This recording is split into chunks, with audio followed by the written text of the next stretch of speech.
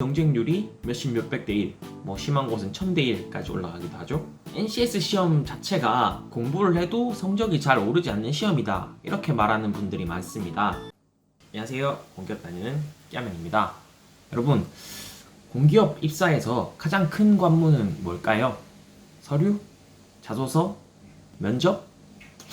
제가 생각하기에 가장 큰 관문은 바로 NCS 시험이라고 생각합니다. 요즘 대부분의 공기업들은 블라인드 채용을 실시하고 있는데요. 그로 인해서 대부분의 지원자들이 시험 응시 기회를 갖습니다. 하지만 그것 때문에 경쟁률이 몇십 몇백 대 1, 심한 곳은 1000대 1까지 올라가기도 하죠. 물론 그 숫자, 경쟁률의 숫자에 허수가 많긴 합니다. 하지만 그 허수에 내가 포함이 될지 남이 포함이 될지는 모르는 일인데요. 그래서 오늘은 제가 발전 공기업 NCS를 어떻게 통과했는지 한번 이야기해 볼게요. 끝까지 시청 부탁드립니다.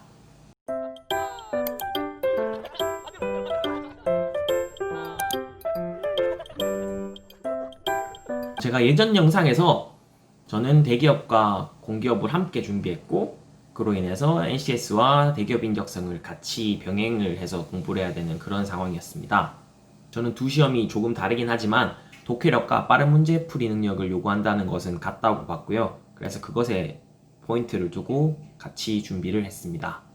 첫 번째, NCS 스터디입니다. 저는 대학교 방학을 기준으로 6월부터 3개월 동안 NCS 스터디를 조직하였고, 주 2회 모임을 가지면서 NCS 기본서, 위포트 같은 데서 나오는 그런 책들 있잖아요. 그것을 2권에서 3권 정도 풀었습니다. 미리 문제를 숙제로서 풀어오고 모여서는 어려웠던 문제를 함께 공유했습니다.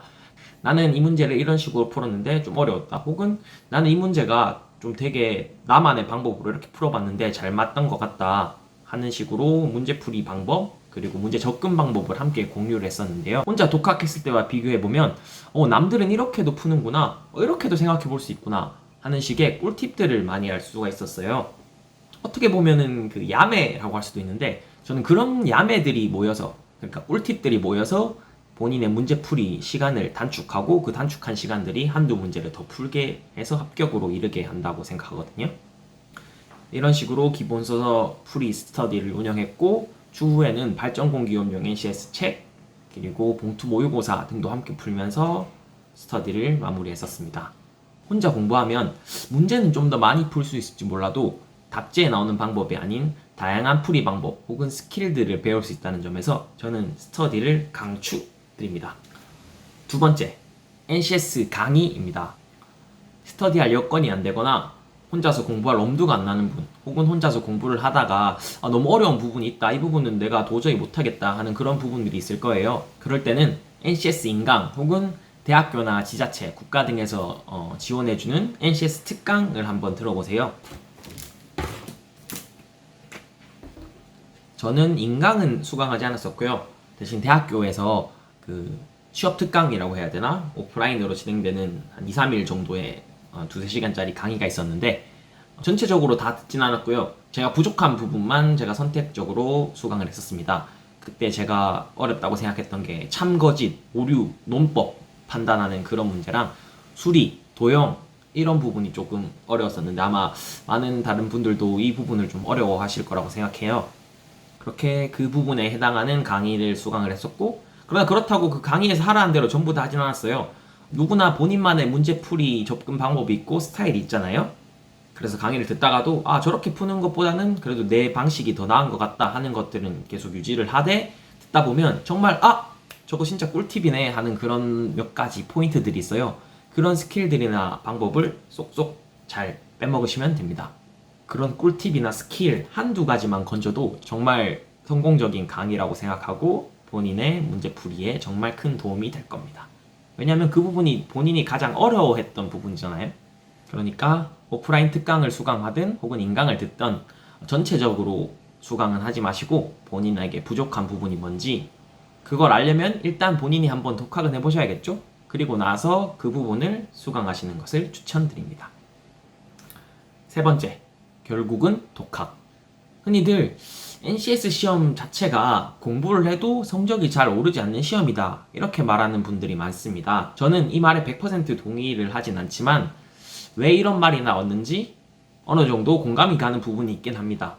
예를 들어서 저는 스터디를 처음 시작했을 때 스터디원 5명 중에 4등이었어요. 정답률이나 문제풀이 속도를 종합해 봤을 때요. 하지만 3개월간의 스터디를 통하여 저는 정답률과 속도를 많이 끌어올렸고 최종적으로 NCS를 통과하여 발전 공기업에 입사를 하였습니다. 제 사례로 모든 것을 일반화할 수는 없지만 공부하면 오르는 것은 맞습니다. 특히 중위권에서 합격 커트라인 부근까지 올리는 것은 충분히 가능합니다. 그러나 합격 커트라인 그 위 안정적인 합격권으로 가기 위해서는 충분히 공부를 해서는 안 되고 정말 열심히 해야 하는 것 같아요. 그래서 아까 처음에도 말씀드렸다시피 공부를 해도 성적이 잘 안 오른다 하시는 분들은 이 부분에 계시는 분들 같아요. 합격 커트라인에 어느 정도 도달을 한 것 같은데 안정적인 합격권 그 이상을 바라보시는 분들이죠. 정말 그렇게 되기 위해서는 좀 많은 노력이 필요하다고 생각합니다. 결국 합격하기 위해서는 스터디나 강의도 잘 활용해야 하지만 본인이 얼마나 많이 준비했냐, 공부했냐 하는 독학이 가장 중요하다고 생각합니다. 저 역시도 NCS 전용 책은 3권에서 4권 정도밖에 풀지 않았지만 대기업 인적성 책까지 포함하면 7에서 8권 정도 책을 풀었던 것 같아요. 적은 양이라고 생각하진 않거든요. 물론 더 많이 푸신 분도 계시겠지만. 그리고 저는 공부할 때 속도도 중요하지만 정답률을 항상 중요시했습니다. 한 문제 풀 때 이 문제를 내 것으로 완벽하게 소화하자. 그런 마인드로 공부를 했거든요.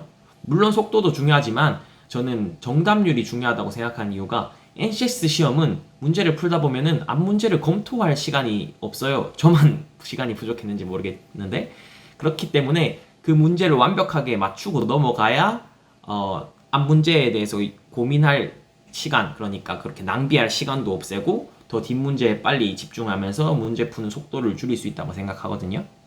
정답률이 높아지면서 속도는 자연스레 따라온다고 생각을 했고요. 그리고 속도는 어느 정도 양치기로도 보완이 가능하기도 하고요. 물론 이것은 개인차가 있으니 제 말이 100% 정답은 아니랍니다. 네, 오늘은 NCS 공부법에 대해서 얘기해봤는데요. 최종 정리를 다시 해보자면 첫 번째, NCS 스터디를 활용해서 남들의 풀이 방법, 문제 접근 방법을 배우자.